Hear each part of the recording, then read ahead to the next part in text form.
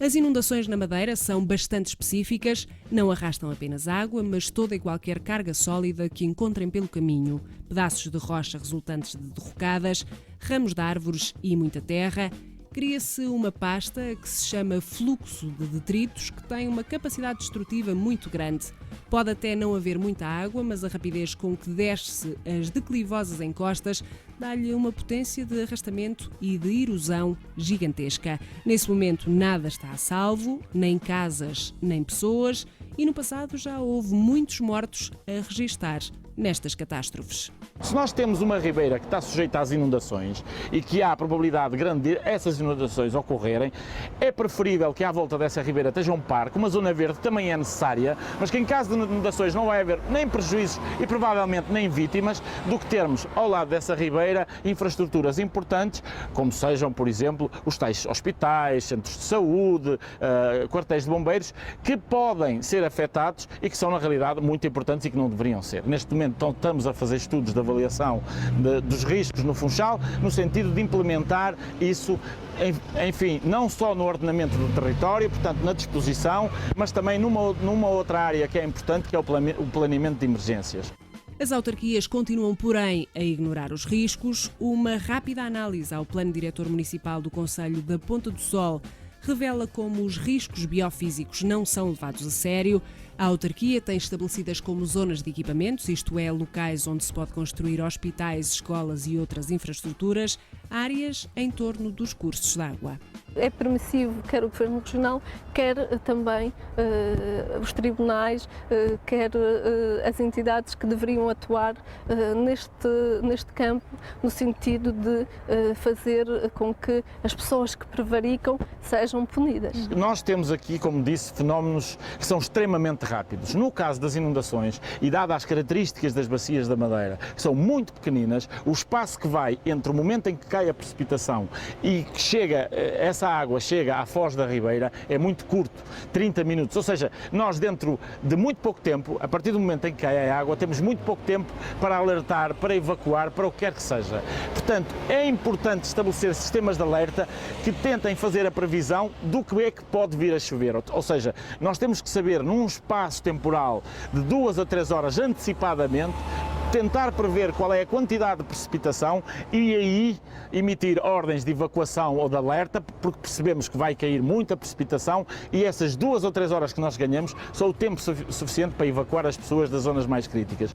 Este tipo de tecnologia é usada em Hong Kong e no Rio de Janeiro, por exemplo, mas mais importante do que implementar esta ferramenta é criar uma cultura de risco em que cidadãos informados recusam-se a morar em áreas vulneráveis e exigem aos governantes uma política de ordenamento adequada às características naturais do território. A Lei das Finanças Locais deveria premiar os concelhos que criam áreas verdes. Quem o defende é Raimundo Quintal, antigo vereador do Ambiente da Câmara do Funchal. Assim não haveria promiscuidade entre construtores e autarquias. Mas a manter-se o cenário atual, os PDM vão continuar a ser ignorados. Estes empreendimentos violavam o plano diretor municipal no sentido que estavam a ser construídos numa zona urbana verde urbana de proteção, ou seja, uma zona não edificante que deveria de ser respeitada pela Câmara e pelo construtor.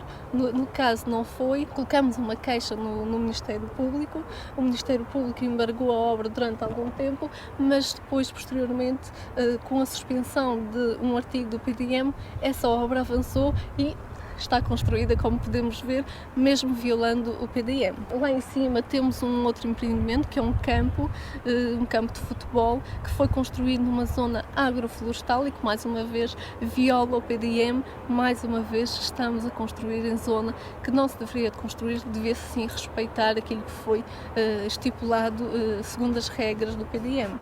Quase todos os planos diretores municipais da região estão atualmente em revisão, apesar de terem sido definidos há menos de 5 anos, e durante o tempo em que se revêem as regras, há toda uma área cinzenta que os promotores podem explorar.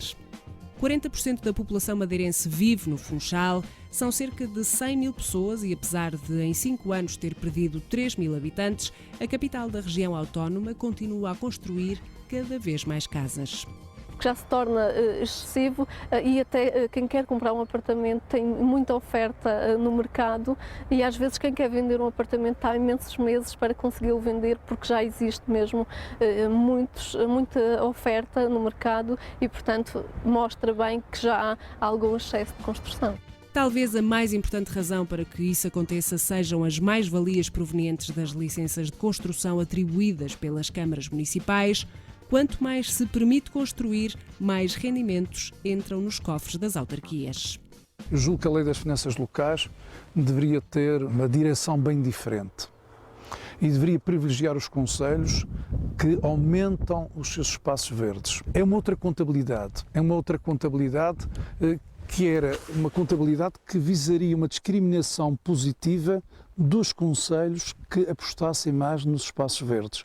Infelizmente, como estão as contas públicas, quanto mais se constrói, mais recursos do IMI vêm para as câmaras e mais benesses pode dar em campanhas eleitorais. Nós temos algumas pedreiras, até pelo impacto e o volume de obras que se tem tido na região nos últimos anos, e essas pedreiras, muitas delas, ou praticamente todas elas, não estão licenciadas nem a cumprir os planos quer de lavra, quer de recuperação paisagística, o que é extremamente grave, porque para além de ferir a paisagem, também tem outros impactos ambientais, nomeadamente a erosão e a destruição de habitats. A pressão chega até aos locais mais bizarros e perigosos.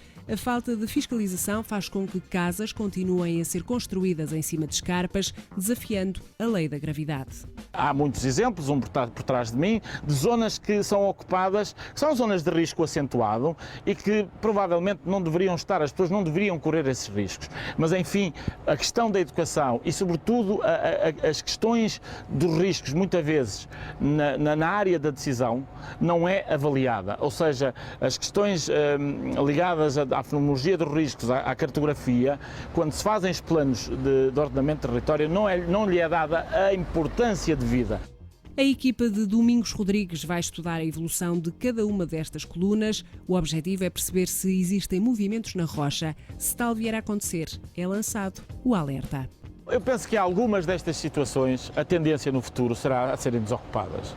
Não é aceitável que as pessoas arrisquem a sua vida. Há aqui um problema que tem a ver com a geologia e com a maneira como as coisas ocorrem. Nós temos um espaço temporal que são 60, 70 anos. A geologia tem um espaço temporal que são 1000 anos, 2000 anos. Então as pessoas, como nunca viram ocorrer isso no seu tempo de vida, acham que não tem risco, o que não é verdade. Nenhum lugar escapa à pressão humana. Na região não há qualquer zona classificada como Reserva Agrícola Nacional ou Reserva Ecológica Nacional. Nenhum destes instrumentos foi transposto para a Madeira. A região tem apenas um parque ecológico, vitória alcançada há alguns anos, que protege a floresta Laurisilva, classificada como Património da Humanidade. Mas a capital tem simultaneamente cada vez menos espaços verdes e até os picos do Funchal estão sobrepovoados. No caso do Pico dos Barcelos, como vocês podem ver, em todo o redor há construção. Temos aqui em cima o Pico das Romeiras, também que em todo o seu redor já existe construção, mesmo praticamente até ao topo. Já não há um único espaço, e depois temos outros picos característicos do Funchal que deveriam de ser preservados, refiro mais uma vez, e que não estão porque a construção é feita sem regras e não se preserva aquilo que de melhor se tem. A Madeira tem o título de Jardim de Portugal, mas a política de ordenamento do território nas cidades evolui em direção inversa à das outras zonas. Enquanto os topos das montanhas começam agora a ser reflorestados, as cidades perdem cada vez mais os espaços verdes. As relíquias paisagísticas podem estar cada vez mais perto de permanecerem confinadas a pequenos parques ou jardins, mas não é isso que traz qualidade de vida ao cidadão, nem que atrai o turista. Por outro lado, a construção desordenada cria sérios riscos de segurança pública que apenas as catástrofes têm tido o condão de trazer à memória. O Biosfera questionou o Governo Regional sobre as escolhas de ordenamento do território observadas na capital da região, mas não obteve qualquer resposta.